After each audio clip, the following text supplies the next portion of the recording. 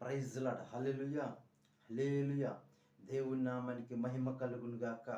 ఈరోజు దేవుడు ఇస్తున్న వాగ్దానం ఏంటంటే, కీర్తనల గ్రంథము 55వ అధ్యాయము 22వ వచనము. కీర్తనల గ్రంథము 55వ అధ్యాయము 22వ వచనము. నీ భారము యెహోవా మీద మోపుము, ఆయన నిన్ను ఆదుకొనును. మన భారాన్ని ఎవరి మీద మోపాలి? దేవుని మీద మోపాలి. ఎప్పుడైతే యెహోవా మీద మన భారాన్ని మోపుతామో ఆయన మనల్ని రక్షిస్తాడు, ఆదుకుంటాడు. బైబిల్లో ఒక మాట ఉంది. ఏం మాట ఉంది? ప్రభు అన్నాడు, ఏమన్నాడు? సమస్త భారములు మోసుకెళ్తున్న సమస్త జనులారా నా యొద్దకు రండి, మీ భారం ఏదైనా సరే నేను సులువు చేస్తాను, మీ కాడి ఏదైనా సరే నేను విరగొడతాను అన్నాడు. ఈరోజు ప్రతి మనిషిలో ఒక భారం ఉంటుంది. కొంతమంది అప్పులోనే భారం మోస్తారు, కొంతమంది ఆర్థిక సమస్యలనే భారం మోస్తూ ఉంటారు, కొంతమంది కుటుంబ భారాలు మోస్తూ ఉంటారు, కొంతమంది రోగాలనే భారాలు మోస్తూ ఉంటారు. ఇలా ఒక్కొక్క జీవితంలో ఒక్కొక్క భారాన్ని కలిగి జీవిస్తూ ఉంటారు. అది ఏ భారం అయినా సరే ఈ ఉదయకాల సమయంలో నా ప్రభు చెప్తున్న మాట ఏంటంటే, నా ప్రభు ఇస్తున్న వాగ్దానం ఏంటంటే, మీ భారం ఏదైనా సరే నా ప్రభు మిమ్మల్ని ఆదుకోబోతున్నాడు. మీ భారాన్ని ఎవరి మీద మోపాలి? దేవుని మీద మోపాలి. దేవుని మీద నీ భారాన్ని మోపండి, మిమ్మల్ని నా దేవుడు ఆదుకోబోతున్నాడు. మీ భారం నుంచి నా దేవుడు విడిపించి తప్పించి రక్షించబోతున్నాడు. సరే, మన భారాన్ని ఏదైనా సరే దేవుడు ఆదుకోవాలంటే, విడిపించాలన్నా సరే, ఆ భారం నుంచి దేవుడు మనం తప్పించాలంటే మూడే మూడు విషయాలు చెప్తాను. మొట్టమొదటిగా మనం ఎలాంటి వారమే ఉండాలంటే, దేవుని సన్నిధానంలో మొట్టమొదటిగా ప్రార్థించే వారమే ఉండాలి. మొరపెట్టేవారు అంటే ప్రార్థన చేసేవారిగా ఉండాలి. రెండోదిగా మనం ఎలా ఉండాలి? విశ్వసించే వారిగా ఉండాలి.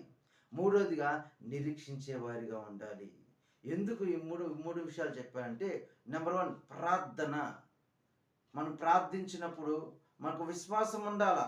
ఓహో, మన ప్రార్థనని దేవుడు ఆలకిస్తాడు, దేవుడు ఒక దినాన మంచి చేస్తాడు. ఈరోజు మన జీవితంలో ఏది లేకపోవచ్చు, ఈరోజు మన జీవితంలో రకరకాల సమస్యలతో మనం ఉండొచ్చు. అది ఏ సమస్య అయినా ఏదైనా సరే దేవుడు మనల్ని విడిపించగలుగుతాడు, తప్పించగలుగుతాడనే ఒక విశ్వాసం మనలో ఉండాలి. ప్రార్థన చేస్తే సరిపోదు, మన జీవితంలో రెండోదిగా ఏముండాలి? విశ్వాసం ఉండాలి. మూడోదిగా నిరీక్షణ అంటే ఎదురు చూచేవారిగా ఉండాలి. ఈ మూడు అనుభవాలు ఎప్పుడైతే మన జీవితాల్లో ఉంటాయో, దేవుడు ఖచ్చితంగా నువ్వు మోస్తున్న ఏ భారమైనా సరే, ఏ సమస్య అయినా సరే, ఏ కాడైనా సరే ఆయన విరగొట్టగలుగుతాడు, ఆయన నిన్ను ఆదుకోగలుగుతాడు. కాబట్టి ఈరోజు దేవుడు ఇస్తున్న వాగ్దానం ఏంది? నీ భారం యెహోవా మీద మోపము, ఆయన నిన్ను ఆదుకోను. కాబట్టి నీ భారం ఏదైనా సరే ఆయన మీద మోపము, ఆయన ఆదుకుంటాడు. ఆయన మీద నువ్వు మోపాలంటే నీలో ఎలాంటి అనుభవాలు ఉండాలి?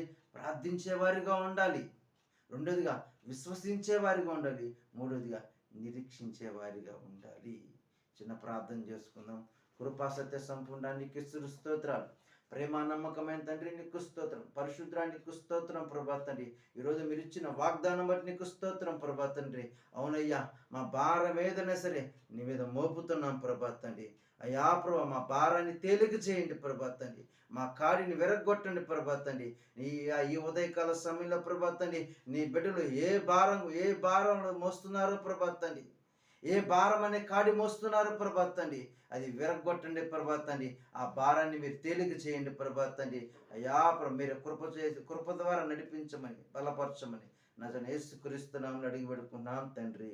ఆమేన్. హల్లెలూయా, హల్లెలూయా. అందరికీ